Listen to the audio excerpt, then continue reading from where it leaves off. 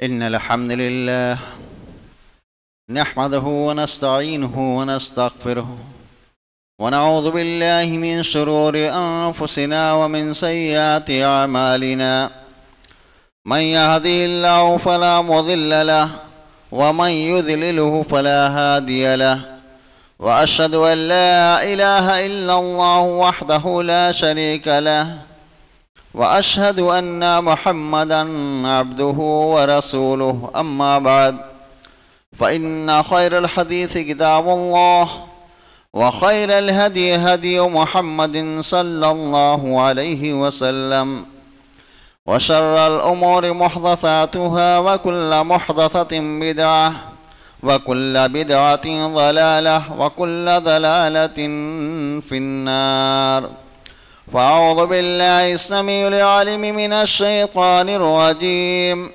بسم الله الرحمن الرحيم قاف والقرآن المجيد بل عجبوا أن جاءهم منذر منه فقال الكافرون هذا شيء عجيب أإذا متنا وكنا ترابا ذلك رجع بعيد قد علمنا ما تنقص الأرض منهم وعندنا كتاب حفيظ بل كذبوا بالحق لما جاءهم فهم في أمر مريج أفلم ينظروا إلى السماء فوقهم كيف بنيناها وزيناها وما لها من فروج والأرض مددناها وألقينا فيها رواسي وأنبتنا فيها من كل زوج بهيج وقال الله تبارك وتعالى في موضع آخر إنا أعطيناك الكوثر فصل لربك وانحر۔ ہر قسم کی تعریفات، حمد و ثنا، بڑائی و کبریائی اس اللہ وحدہ لا شریک کے لیے ہے جو کہ ہمارا اور آپ کا، اسی طرح سے سارے جہان کا خالق، مالک، حاکم اور رازق ہے۔ جس اللہ رب العالمین کے اختیارات میں کائنات کی ساری چیزیں ہیں، وہی اللہ ہے جو ہر چیز کی تدبیریں کرتا ہے۔ فللہ الحمد حمدا کثیرا۔ بعدہ درود و سلام نازل ہو تمام انبیاء کرام پر، خصوصاً ہمارے آخری نبی جناب محمد مصطفیٰ صلی اللہ علیہ وسلم پر، کہ جن کے ذریعے ہم اور آپ کو دین اسلام ملا، اسلام جیسی نعمت ملی کہ جس کے مطابق ہم اور آپ زندگی گزاریں تو دنیا میں الحمدللہ ہم تمام حضرات خوشحال رہیں گے، ہماری دنیاوی زندگی بھی کامیاب رہے گی اور اخروی زندگی بھی کامیاب بن جائے گی۔ اللہ رب العالمین ہم تمام لوگوں کو کتاب و سنت کے مطابق زندگی گزارنے کی توفیق عطا فرمائے۔ حضرات، آج کے اس خطبہ جمعہ میں قربانی اور اس کے احکام و مسائل کے تعلق سے گفتگو کروں گا۔ سب سے پہلے ہم اور آپ جان لیں کہ قربانی کے کیا معنی ہوتے ہیں۔ قربانی کا لغوی معنی یہ عربی زبان کے لفظ قربان سے ماخوذ ہے، جیسا کہ کہا جاتا ہے قربا فلان الی اللہ قربانا، کہ فلاں نے اللہ کے تقرب کے لیے قربانی پیش کی۔ اور عربی میں قربان کے معنی ہوتے ہیں کل ما یتقرب بہ الی اللہ، ہر وہ چیز جس کے ذریعے اللہ کی قربت حاصل کی جائے، اللہ کی نزدیکی حاصل کی جائے، اسے قربانی کہا جاتا ہے۔ خواہ وہ ذبیحہ ہو، نماز ہو، روزہ ہو، صدقہ و خیرات ہو، اسی طرح سے جہاد فی سبیل اللہ ہو، یعنی ہر وہ عبادت جس کے ذریعے اللہ کی قربت اور نزدیکی حاصل کی جائے اسے قربانی کہا جاتا ہے۔ جیسے کہ کہا جاتا ہے نماز کے تعلق سے الصلاۃ قربان کل تقی، کہ نماز ہر متقی اور پرہیزگار بندے کے لیے اللہ رب العالمین سے تقرب کا بہت بڑا ذریعہ ہے۔ قربانی کی شرعی اصطلاح میں قربانی کی تعریف کیا ہے؟ اونٹ، گائے، بھیڑ، بکری، نر یا مادہ کو 10 ذی الحجہ کو یا ایام تشریق میں سنت ابراہیمی پر عمل کرتے ہوئے اللہ کے صلی اللہ علیہ وسلم کے طریقے کے مطابق اللہ کے تقرب کے لیے کیا ہے؟ ذبح کرنا، یہ قربانی کہلاتا ہے۔ قربانی کی تاریخ کیا ہے؟ قربانی کی تاریخ کے تعلق سے اگر ہم اور آپ مطالعہ کریں گے تو ہم اور آپ کو معلوم ہوگا کہ جب ہم تاریخ انسانی کا جائزہ لیتے ہیں تو سب سے پہلے حضرت آدم علیہ السلام کے 2 بیٹوں نے قربانیاں پیش کی تھیں۔ ایک کا نام تھا حابل، ایک کا نام تھا قابل۔ ان میں سے ایک کی قربانی مقبول ہوئی تھی اور دوسرے کی قربانی مقبول نہیں ہوئی تھی۔ اس کا تذکرہ اللہ رب العالمین نے قرآن مقدس میں اس طرح سے کیا ہے، وَاتْلُ عَلَيْهِمْ نَبَأَ ابْنَيْ آدَمَ بِالْحَقِّ اِذْ قَرَّبَا قُرْبَانًا فَتُقُبِّلَ مِنْ أَحَدِهِمَا وَلَمْ يُتَقَبَّلْ مِنَ الْآخَرِ، کہ آپ اے نبی آپ ان کے سامنے آدم علیہ السلام کے دونوں بیٹوں کا تذکرہ کیجئے کہ دونوں نے اپنی اپنی قربانیاں پیش کیں، ایک کی قربانی مقبول ہوئی تھی اور ایک کی قربانی مقبول نہیں ہوئی تھی۔ اسلام میں قربانی کیا کیا حکم ہے؟ قربانی شریعت اسلامیہ میں نہ صرف جائز اور مشروع ہے بلکہ اس کا تاکیدی حکم دیا ہے اللہ نے اور اللہ کے صلی اللہ علیہ وسلم نے۔ اللہ کا فرمان ہے فَصَلِّ لِرَبِّكَ وَانْحَرْ، اے نبی آپ اپنے رب کے لیے نماز پڑھیے اور قربانی کیجیے۔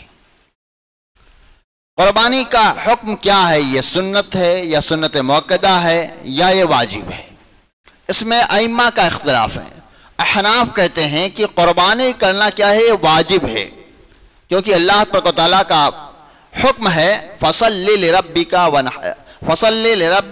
وَانْحَرْ، اے نبی آپ اپنے رب کے لیے قربانی کیجئے اور نماز پڑھیے۔ تو اس میں امر جو ہے امر وجوب پر دلالت کرتا ہے، اس سے معلوم ہوا کہ قربانی کرنا کیا ہے؟ واجب ہے۔ اسی طرح سے احناف ایک دوسری روایت پیش کرتے ہیں اس کے دلیل میں وجوب کے، کہ جس کے راوی حضرت ابو ہریرہ رضی اللہ تعالی عنہ ہیں، بیان فرماتے ہیں کہ اللہ کے صلی اللہ علیہ وسلم نے ارشاد فرمایا من وجد سعة لأن يضحي فلم يضحي فلا يحضر مصلانا، کہ جو شخص قربانی کرنے کی وسعت رکھتا ہے، اس کے پاس اتنے روپے پیسے ہیں کہ قربانی کر سکے لیکن پھر بھی قربانی نہیں کرتا ہے، تو اللہ کے نبی نے فرمایا ایسا شخص ہماری عیدگاہ میں نہ آئے۔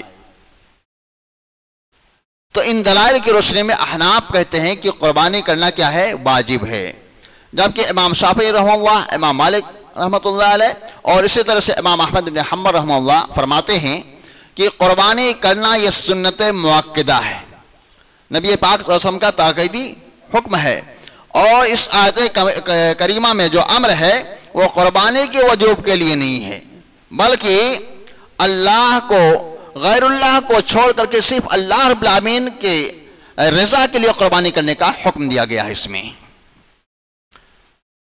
اسی طرح سے امام بخاری رحمہ اللہ نے اپنی کتاب صحیح بخاری کے اندر ایک باب قائم کیا ہے، باب سنت الاضحیہ۔ اس کے بعد حضرت عبداللہ بن عمر رضی اللہ تعالیٰ عنہما کا ایک اثر نقل کیا ہے کہ عبداللہ بن عمر رضی اللہ تعالیٰ عنہ فرماتے ہیں ہیا سنت و معروف، کہ قربانی یہ کیا ہے؟ سنت ہے اور معروف ہے۔ اس کے بعد ایک حدیث نقل کی ہے امام بخاری رحمہ اللہ نے، وہ حدیث یہ ہے کہ من ذبح بعد الصلاة فقد تم نسکہ واصاب سنت المسلمین، کہ جس نے نماز عید الاضحیٰ کے بعد قربانی کی اس نے سنت کو پا لیا، مسلمانوں کے سنت کو پا لیا اور اس کی قربانی کیا ہے؟ مکمل ہوئی۔ تو امام بخاری رحمہ اللہ بھی اس بات کی طرف گئے ہیں کہ قربانی کرنا یہ کیا ہے؟ سنت مؤکدہ ہے۔ امام ترمذی رحمہ اللہ نے اس کے سنت مؤکدہ ہونے کی صراحت کی اپنی حدیث کے اندر، ایک حدیث نقل کی ہے انہوں نے، راوی حدیث حضرت عبداللہ بن عمر رضی اللہ تعالیٰ عنہ ہیں۔ کسی نے حضرت عبداللہ بن عمر رضی اللہ تعالیٰ عنہ سے سوال کیا کہ عبداللہ بن عمر رضی اللہ تعالیٰ عنہ بتلائیے قربانی کرنا کیسا ہے؟ عبداللہ بن عمر رضی اللہ تعالیٰ عنہ نے فرمایا ضحى رسول اللہ صلی اللہ علیہ وسلم والمسلمون، کہ اللہ کے صلی اللہ علیہ وسلم نے اور مسلمانوں نے قربانی کی ہے۔ پھر سائل نے دوبارہ سوال کر لیا کہ قربانی کرنا کیسا ہے، واجب ہے کیا قربانی کرنا واجب ہے؟ تو اس پر حضرت عبداللہ بن عمر رضی اللہ تعالیٰ عنہ غصہ ہو گئے اور انہوں نے کہا اتعقل، کیا تجھے عقل بھی ہے؟ تو عقل رکھتا ہے یا نہیں؟ میں کہہ رہا ہوں کہ اللہ کے صلی اللہ علیہ وسلم اور اللہ کے صلی اللہ علیہ وسلم کے صحابہ قربانی کیا کرتے تھے، انہوں نے قربانی کیا ہے۔ تو اس حدیث پاک سے اس بات کی وضاحت ہوتی ہے کہ قربانی کرنا کیا ہے، سنت مؤکدہ ہے، واجب نہیں ہے۔ اسی طرح سے اب ہم اور آپ جاننے کی کوشش کرتے ہیں کن کن جانوروں کی قربانی مشروع ہے۔ بہیمۃ الانعام کا لفظ آیا ہے۔ بہیمۃ الانعام میں اونٹ، گائے، بھیڑ، بکری، یہ 4 جانور ہیں۔ اب اس کے نر کی قربانی کریں یا مادہ کی قربانی، دونوں کی جائز ہے۔ اس میں تمام ائمہ کا اتفاق ہے کہ اونٹ، گائے، بھیڑ، بکری، ان میں سے جس چیز کی چاہے آپ نر ہو یا مادہ اس کو قربانی کر سکتے ہیں۔ اختلاف ہے تو بھینس کی قربانی کے تعلق سے کہ آیا بھینس کی قربانی کی جا سکتی ہے یا نہیں۔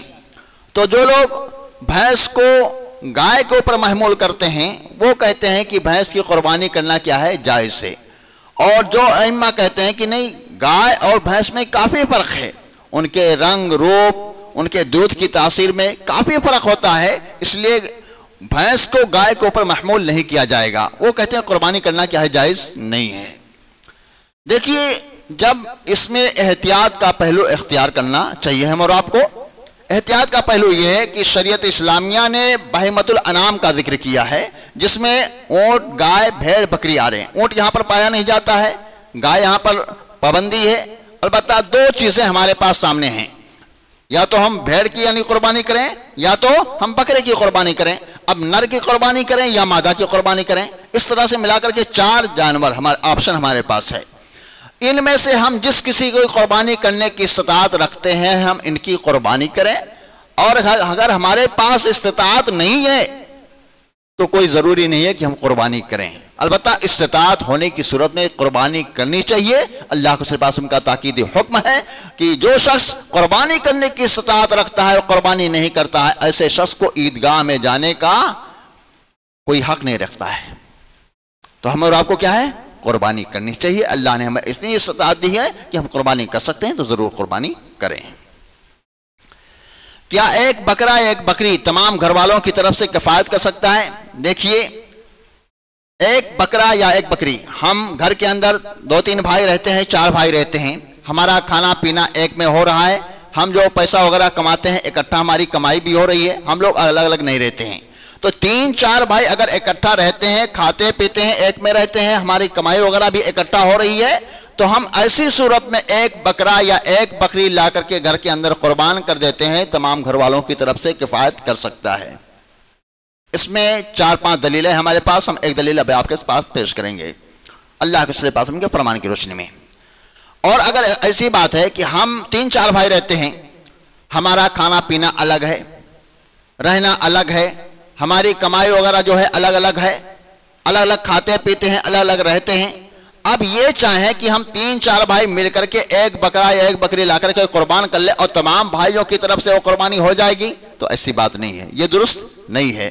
ہمارا کھانا پینا الگ ہے، ہماری کمائی الگ ہے، تو ہر بھائی کو الگ الگ قربانی کرنی چاہیے۔ یعنی کہ عید کا موقع آ جائے، سب لوگ اکٹھا ہو کر کے ایک بکرا لا کر کے کاٹ لیں اور سب کی قربانی ہو جائے گی، ایسا نہیں ہے۔ ایک ہی قربانی ہو سکتی ہے۔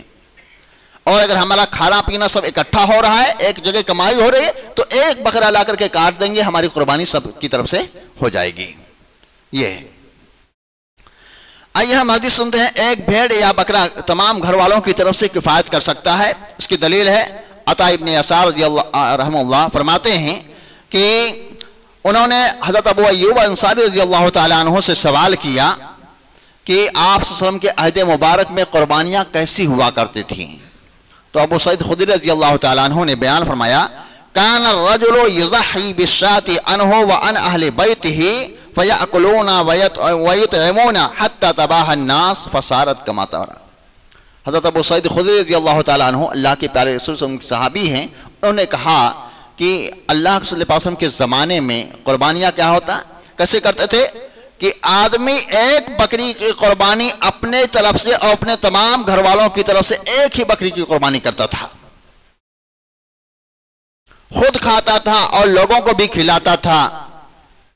اس کے بعد لوگ آپس میں ایک دوسرے پر فخر کرنے لگے کہ ہمارا بکرا زیادہ ہے، ہماری قربانیاں زیادہ ہیں، ہم اتنا قربانیاں کر رہے ہیں، ہے نا۔ اس طرح سے لوگ آپس میں ایک دوسرے پر فخر کرنے لگے، اور آج جو لوگوں کی حالت ہے اسے دیکھ رہے ہو۔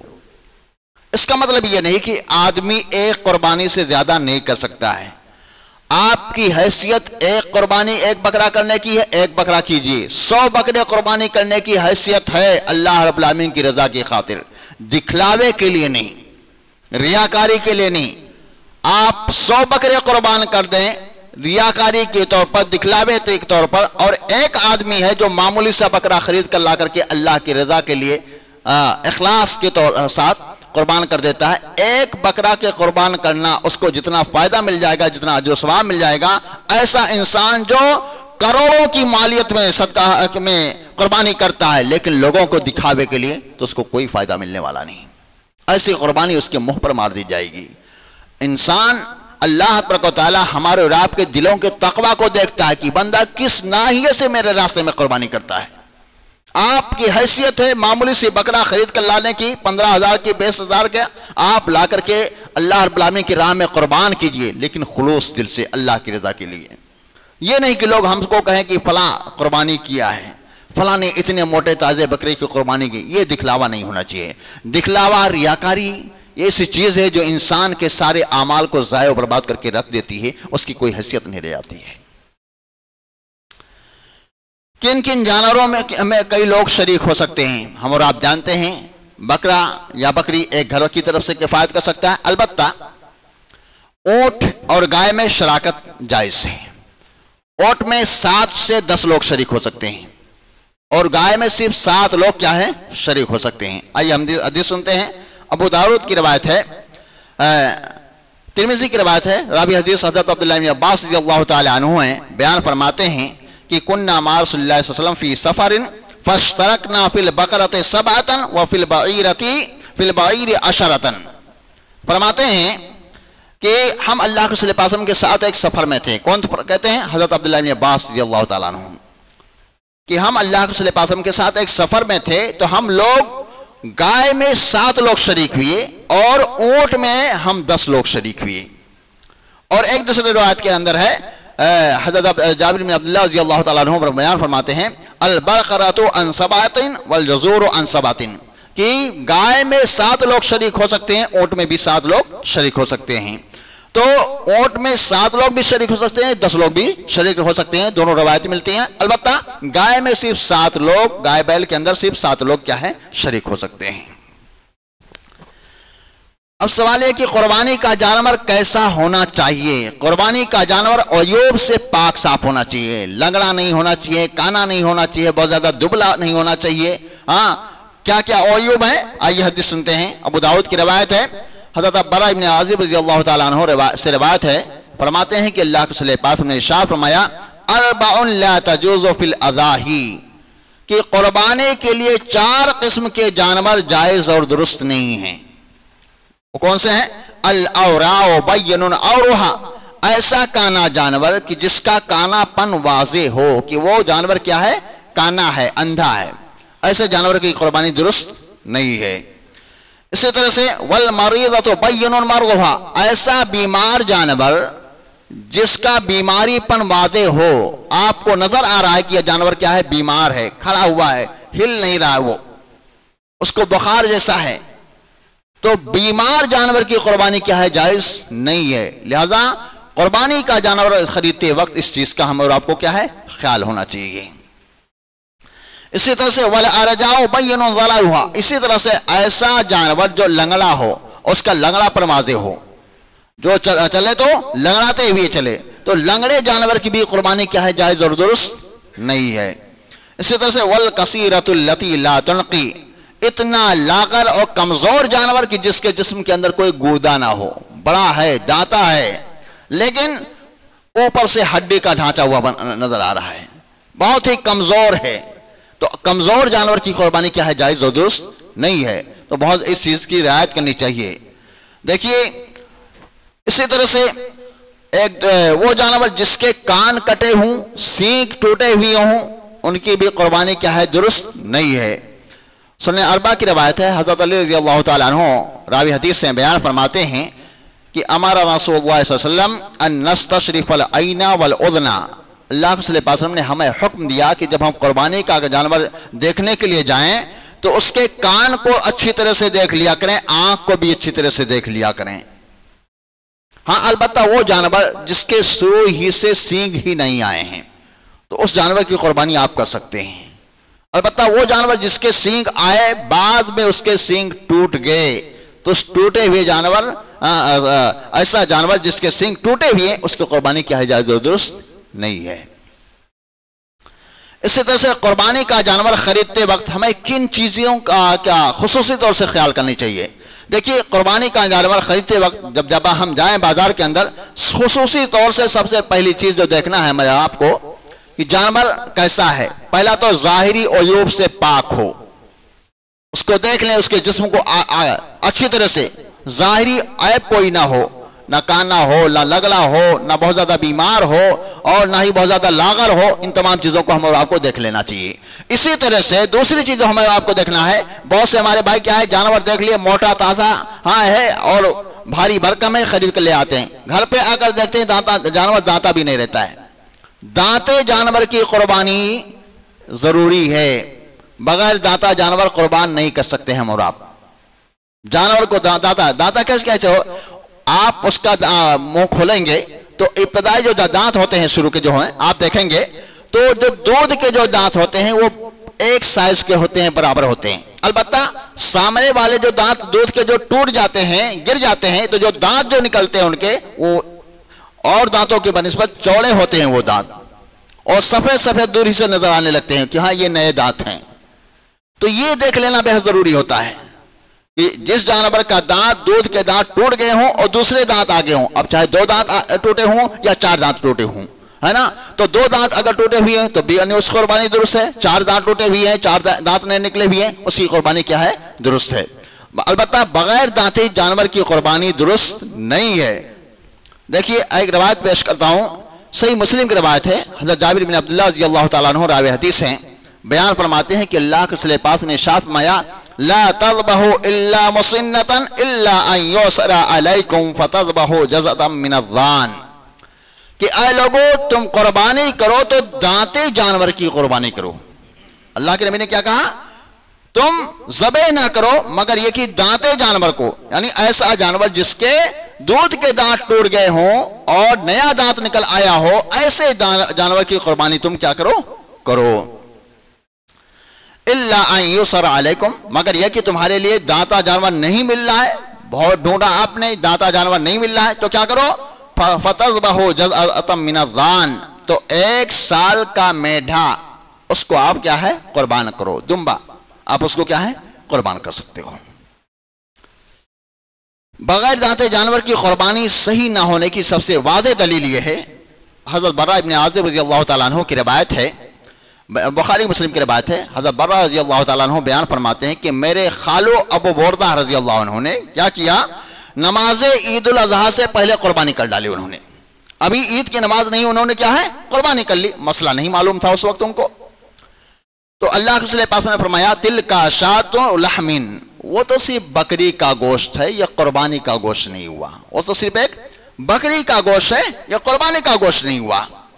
تو انہوں نے کہا اللہ کے رسول پاک میرے پاس صرف 1 سال کا بکرا ہے، کیا میں اسے قربان کر دوں؟ اللہ کے رسول پاک نے فرمایا ضحیٰ بہا، ٹھیک ہے تم نے غلطی سے اسے انہیں قربان کر دیا عید سے پہلے، ٹھیک ہے اس 1 سال کے بکرے کو تم قربان کر لو، ولا تصلح لغیرک، لیکن یاد رکھو تمہارے بعد کسی اور کے لیے درست نہیں ہوگا۔ تو بکرا انسان خواہ گھر پہ پال رکھا ہو یا کسی اور جگہ سے خرید کر کے لایا ہو، بہت سے ہمارے بھائی کہتے ہیں کہ 1 سال کا بکرا ہو گیا اس کی قربانی جائز و درست ہے، نہیں، دانتے جانور کی قربانی ضروری ہے، ہاں اللہ کے نبی نے وضاحت کر دی ہے کہ یہ ہاں 1 سال کا بکرا ہے قربان کر لو، لیکن یاد رکھو تمہارے بعد کسی اور کے لیے جائز نہیں ہے۔ جانور دانتا کب ہوتا ہے؟ 14 مہینے یا 15 مہینے کا ہوتا ہے، تو عام طور سے جانور کیا ہے؟ دانتتے ہیں۔ ہاں 1 سال کے اندر بہت کم ایسے جانور ہوتے ہیں کہ 1 سال یا 12 یا 13 مہینے کے اندر یعنی جانور دانتا ہو جائے۔ ہاں البتہ 14-15 مہینہ کا بکرا ہوتا ہے تب وہ جا کر کے اس کو دانت آتے ہیں۔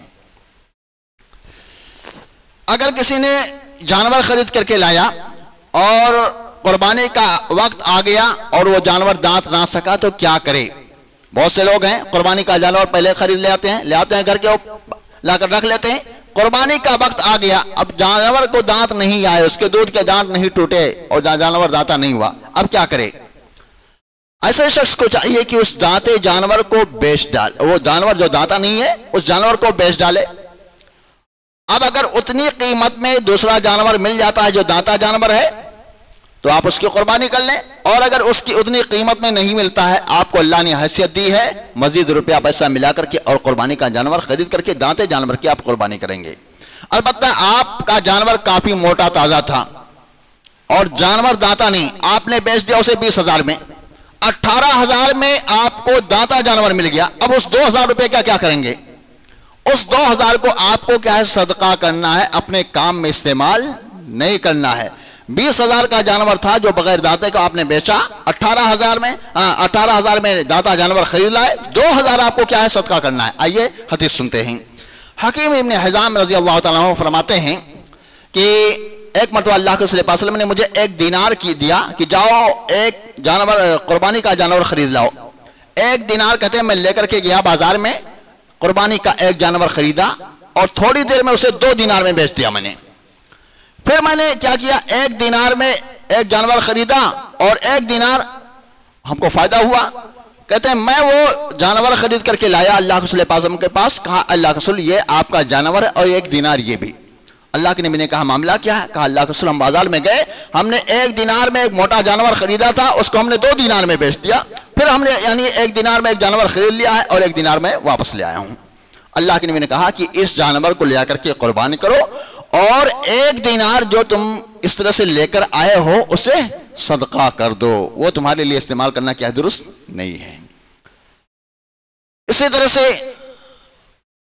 ایک مسئلہ اس سلسلے میں یہ بھی ہے کہ اگر کسی شخص نے قربانی کے لیے جانور خریدا ہے اور لایا تو اس وقت اس کو کوئی عیب نہیں تھا، گھر پر لایا جانور عیب دار ہو گیا، لنگڑا ہو گیا، کانا ہو گیا یا بہت زیادہ بیمار ہو گیا، تو کیا ایسے جانور کی قربانی کر ڈالے گا؟ گھر پر لانے کے بعد آپ کے جانور اگر بیمار ہو گیا ہے تو بیمار جانور کی قربانی درست نہیں ہے، جیسا کہ ہم نے آپ کو سامنے بیان کی کہ اگر جانور کانا ہے، لنگڑا ہے، یا جانور بہت زیادہ دبلا پتلا ہے، یا جانور بہت زیادہ بیمار ہے، یا جانور کے سینگ ٹوٹے ہوئے ہیں، تو یہ سب ساری چیزیں ایسی ہیں جو جانور کی قربانی کے لیے درست نہیں ہے۔ تو آپ گرچہ خرید کر کے لائے ہیں، بڑی پیسہ لگا کر کے لائے ہیں، لیکن جانور لانے کے بعد عیب دار ہو گیا تو عیب دار جانور کی قربانی درست نہیں ہے۔ لہذا اس جانور کو آپ کیا کریں؟ یا تو بیچ ڈالیں، اور بیچ کر کے دوسرا جانور آپ کے پاس حیثیت ہے تو خرید کر کے لا کر اس کی قربانی کریں، البتہ عیب دار جانور کی قربانی کیا ہے؟ درست نہیں ہے۔ اسی طرح سے قربانی کب کرنا چاہیے؟ عید الاضحیٰ کی نماز کی ادائیگی کے بعد ہم کو قربانی کرنی ہے، اس سے پہلے اگر ہم قربانی کرتے ہیں تو ہماری قربانی درست نہیں ہوگی، ہم کو دوسرا جانور قربان کرنا پڑے گا۔ اسی طرح سے ایک مسئلہ ہے، بہت سے ہمارے بھائی کہتے ہیں کہ قربانی کرنے سے بہتر ہے کہ آدمی اس مال کو غریبوں میں، مسکینوں میں تقسیم کر دے، اس سے بہت سے لوگوں کا فائدہ ہو جائے گا۔ ہمارے بہت سے بھائی کہتے ہیں کہ جانور لاتے ہیں، ہم قربان کرتے ہیں تو اس سے جانور کو تکلیف بھی ہوتی ہے۔ یہ وہ لوگ ہیں جنہیں کتاب و سنت کا صحیح علم نہیں ہوتا ہے، الٹی سیدھی باتیں کرتے ہیں کہ شریعت کا جو حکم ہے اس حکم کو ہم اور آپ کو ماننا ہے۔ صدقہ و خیرات بڑی اچھی چیز ہے، ہاں آپ کو اللہ نے مال و دولت دے رکھا ہے، اللہ رب العالمین کے راستے میں آپ صدقہ کریں، خیرات کریں دل کھول کر کے، کیونکہ صدقہ و خیرات کے ذریعے اللہ تعالیٰ آپ کے بہت سارے گناہوں کو مٹا دیتا ہے۔ البتہ صدقہ و خیرات کرنا یہ ایک الگ عبادت ہے اور قربانی کرنا یہ ایک الگ عبادت ہے۔ آپ مثال کے طور پر آپ کے اوپر حج فرض ہے نا، آپ کے پاس اللہ نے مال و دولت دے رکھا ہے، حج کر سکتے ہیں، حج آپ کے اوپر فرض ہے، لیکن آپ یہ چاہیں کہ حج ہمارے اوپر فرض ہے، ہم وہ پیسہ غریبوں میں مسکینوں میں بانٹ دیں گے تو ہمارا حج ہم سے ساقط ہو جائے گا؟ نہیں، آپ کا حج ساقط ہوگا، آپ کو حج کرنا پڑے گا، صدقہ و خیرات کرنے سے آپ کا حج ساقط نہیں ہو جائے گا۔ اسی طرح سے قربانی ایک مستقل عبادت ہے اور صدقہ و خیرات کرنا ایک الگ عبادت ہے۔ اللہ نے قربانی کرنے کا حکم دیا، ایک فریضہ ہے، تو جس طرح سے صدقہ و خیرات حج کا بدل نہیں ہو سکتا ہے، اسی طرح سے یہ صدقہ و خیرات کر دینا قربانی کے جانور کے پیسے کو یہ قربانی کی جگہ نہیں لے سکتا ہے میرے بھائیوں۔ تو صدقہ و خیرات اللہ کے صلی اللہ علیہ وسلم، بہت سے ہمارے بھائی کہتے ہیں اس سے جانوروں کو تکلیف ہوتی ہے، بھلا بتائیے اللہ کے صلی اللہ علیہ وسلم جو پوری کائنات کے لیے رحمت للعالمین تھے، اللہ کے صلی اللہ علیہ وسلم انسانوں کے لیے صرف رحمت نہیں تھے، جانوروں کے اوپر بھی اللہ کے صلی اللہ علیہ وسلم کا رحم و کرم ہوا کرتا تھا۔ بہت ساری مثالیں ہم نے آپ کے سامنے بیان کی اس سے پہلے خطبوں کے اندر۔ بہرحال وہ اللہ کے صلی اللہ علیہ وسلم ایک موقع پر اللہ کے صلی اللہ علیہ وسلم نے 100 جانور کی قربانی کی ہے اور آدھے سے زیادہ جانوروں کو اللہ کے صلی اللہ علیہ وسلم نے اپنے ہاتھوں سے قربان کیا ہے۔